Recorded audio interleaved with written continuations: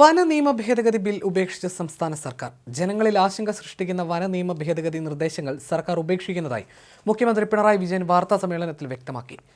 ഏത് നിയമവും മനുഷ്യർക്ക് വേണ്ടിയുള്ളതാകണമെന്നാണ് സർക്കാരിന്റെ നിലപാടെന്നും മുഖ്യമന്ത്രി അറിയിച്ചു. നിലവിൽ വന ഭേദഗതി ബില്ലുമായി ബന്ധപ്പെട്ട് ഒട്ടേറെ പ്രചാരണങ്ങൾ നടത്തുന്നുണ്ട്. ആശങ്കകൾ സൃഷ്ടിക്കപ്പെടുന്നുമുണ്ട്. ജനങ്ങളെ പ്രയാസപ്പെടുത്തുന്നതോ ആശങ്കയിലാക്കുന്നതോ ആയ ഒരു ഭേദഗതിയും ഈ സർക്കാരിന്റെ ഭാഗത്തു നിന്നുണ്ടാകില്ലെന്ന് ആവർത്തിച്ച് വ്യക്തമാക്കുന്നുവെന്ന് മുഖ്യമന്ത്രി പറഞ്ഞു. ഇപ്പോൾ പറയുന്ന ഭേദഗതി നിർദ്ദേശങ്ങൾ ആരംഭിക്കുന്നത് 2013-ലാണ്. അന്ന് UDF സർക്കാരായിരുന്നു ഭരണത്തിൽ. മനഃപൂർവ്വം കടന്നു കയറുക എന്ന ഉദ്ദേശത്തോടെ വനത്തിൽ കയറുക, വനത്തിനുള്ളിൽ വാഹനം നിർത്തുക, ഇതെല്ലാം കുറ്റമാക്കുക എന്നതാണ് ആ ഭേദഗതി. അതിന്റെ തുടർ നടപടികളാണ് പിന്നീടുണ്ടായത്. ആശങ്കകൾ പരിഹരിക്കാതെ മുന്നോട്ട് പോകാൻ സർക്കാർ ഉദ്ദേശിക്കുന്നില്ല. ഏതെങ്കിലും വകുപ്പുകളിൽ നിക്ഷിപ്തമാകുന്ന അധികാരം ദുർവിനിയോഗം ചെയ്യപ്പെടാൻ സാധ്യതയുണ്ടെന്ന ആശങ്കകൾ സർക്കാർ ഗൗരവമായി കാണുകയാണ്. കർഷകരുടെയും പ്രത്യേകിച്ച് മലയോര മേഖലയിൽ ഉള്ളവരുടെയും ന്യായമായ താല്പര്യങ്ങൾക്കെതിരെ ഒരു നിയമവും ഈ സർക്കാർ ലക്ഷ്യമിടുന്നില്ല. സർക്കാരിന്റെ നിലപാട് ഏത് നിയമവും മനുഷ്യർക്ക് വേണ്ടിയുള്ളതാണ് എന്നാണ്.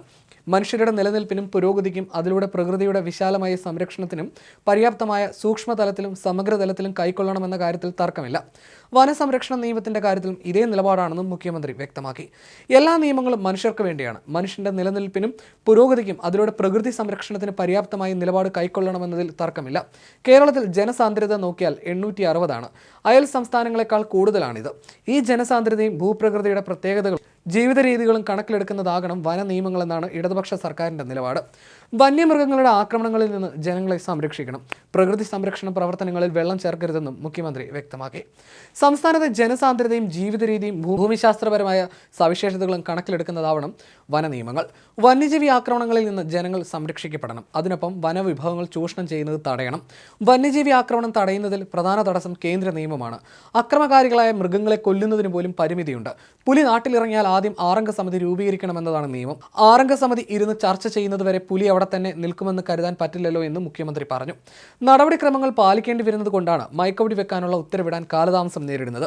ക്ഷുദ്രജീവികളെ വെടിവെച്ച് കൊല്ലാനുള്ള അനുമതിക്കായി നിരവധി തവണ കേന്ദ്ര സർക്കാരിനെ സമീപിച്ചു. കേന്ദ്ര വന്യജീവി നിയമം ഭേദഗതി ചെയ്യണമെന്നും കേരള നിയമസഭ പ്രമേയത്തിലൂടെ ആവശ്യപ്പെട്ടു. എന്നാൽ കേന്ദ്ര സർക്കാർ അനുമതി നിഷേധിച്ചു. കേന്ദ്ര സർക്കാർ സംസ്ഥാനത്തിന്റെ സാഹചര്യം നോക്കി നടപടിയെടുക്കണം. ഇതിന് പാർലമെന്റ് അംഗങ്ങൾ മുൻകൈ എടുക്കണമെന്നും മുഖ്യമന്ത്രി പറഞ്ഞു.